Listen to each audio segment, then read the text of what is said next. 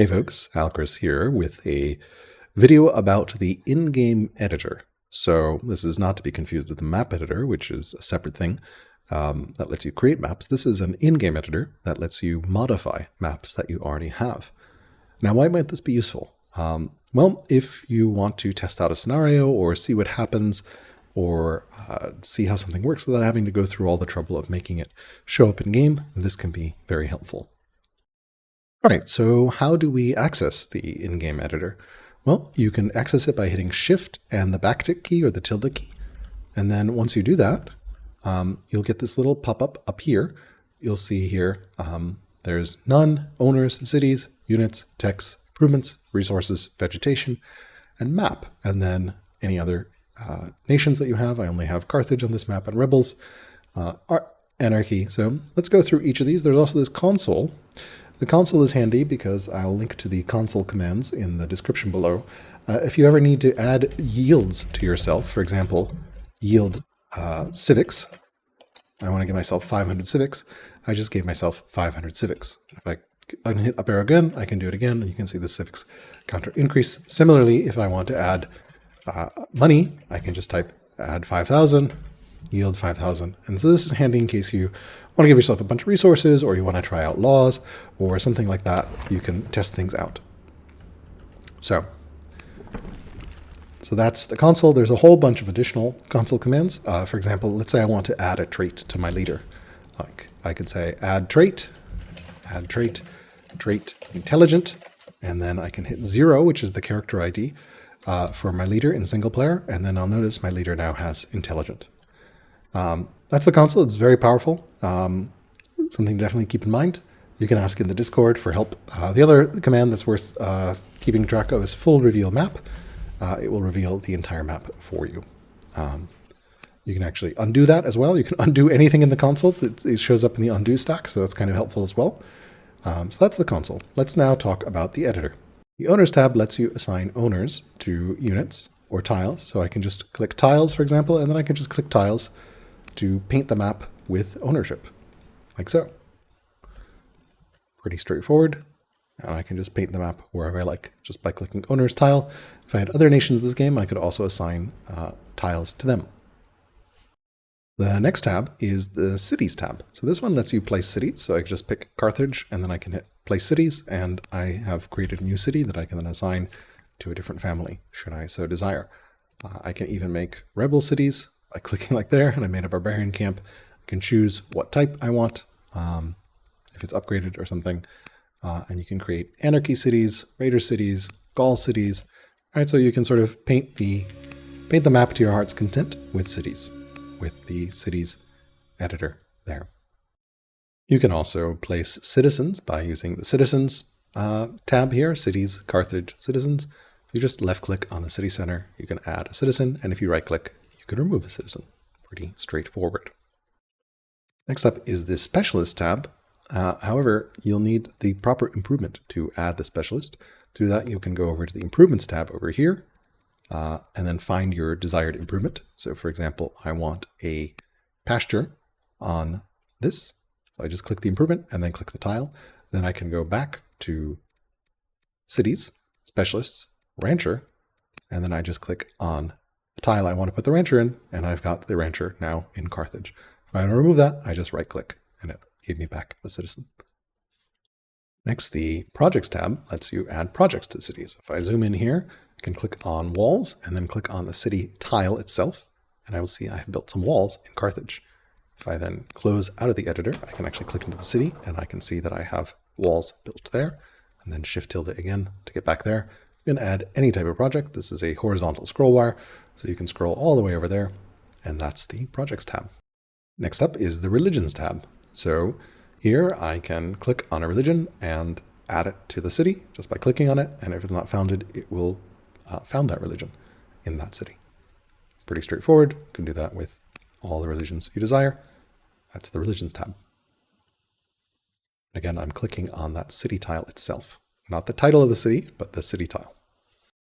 Next up is the families tab. If you want to change the family that has that city, you can do the same thing. Click on the family, and you've now made it a different family.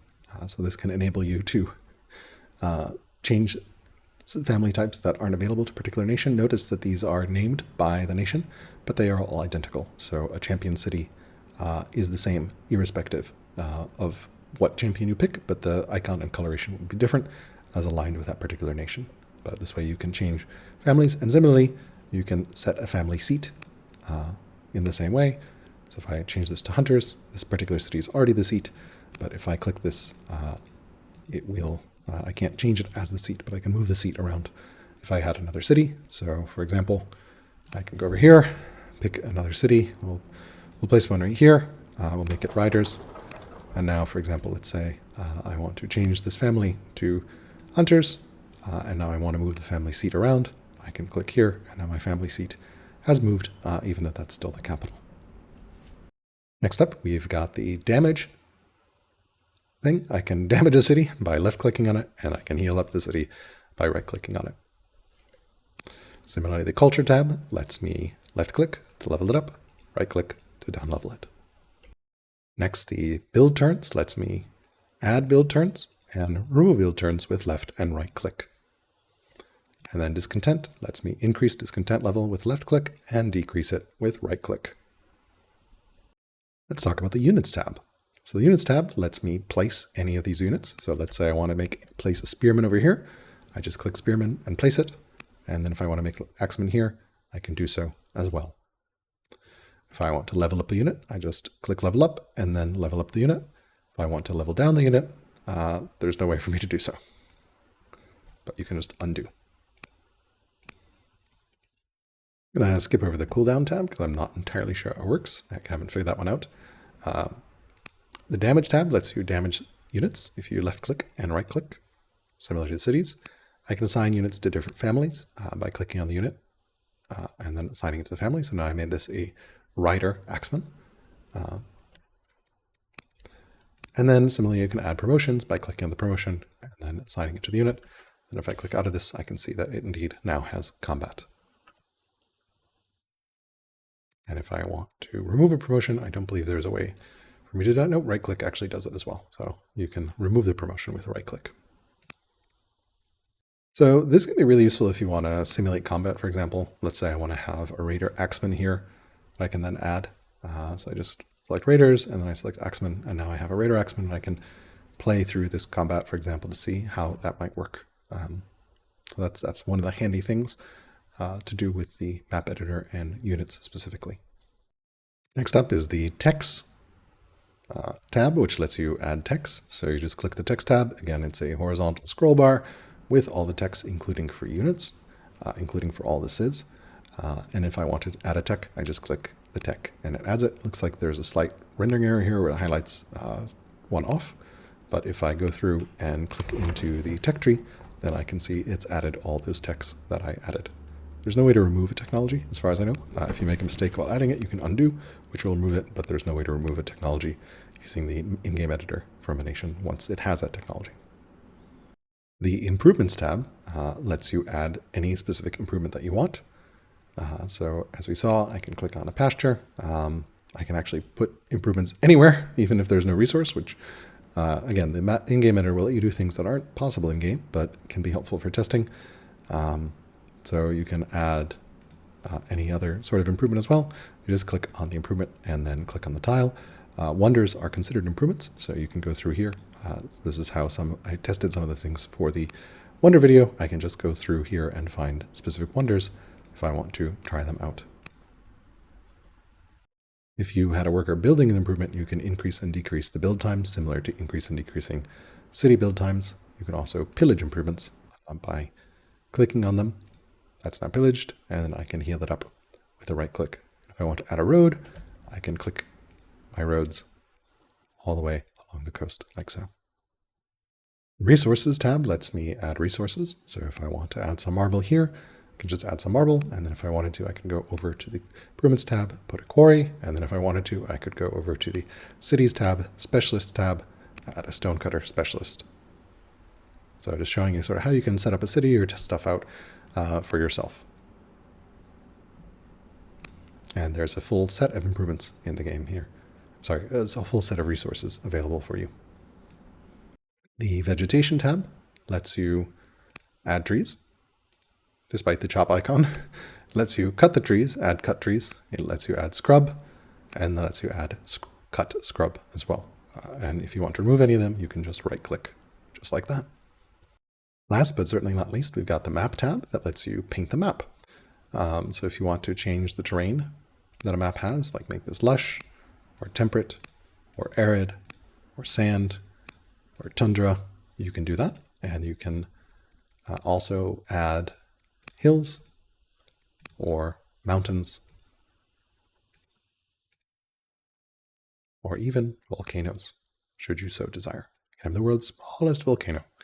And if you put them together, you can make a slightly bigger volcano. You can right click to remove as well. You can add rivers, and the way to do that here is you click on the tile, the edge of the tile where you want the river to go. Here we have this kind of weird river I made, and then to remove it, you can just right click and it'll go away. You can also expand land masses. So for example, let's say I want to make Carthage's peninsula a little bit bigger. You'll click on the Lush tool and then add a bunch of tiles. If you zoom in, you'll notice these are kind of rough edges though. What I need to do here is I need to go to the height map and then hit the coast and then click on the tiles in the water along the coast to make the coastline nice and pretty. Notice the borders do not automatically expand. So yeah, that's how you paint the coast. If you want to undo that, you can add back ocean tiles, which looks absolutely atrocious. But then I can paint water on top of them, and they look better. Because again, there's a height map, and then there's terrain types on top of the height map. That's one way to think about it. And you can also create lakes by clicking on the lake tool. That adds a height map for the lake. Then go over to paint, click water, add water to the lake.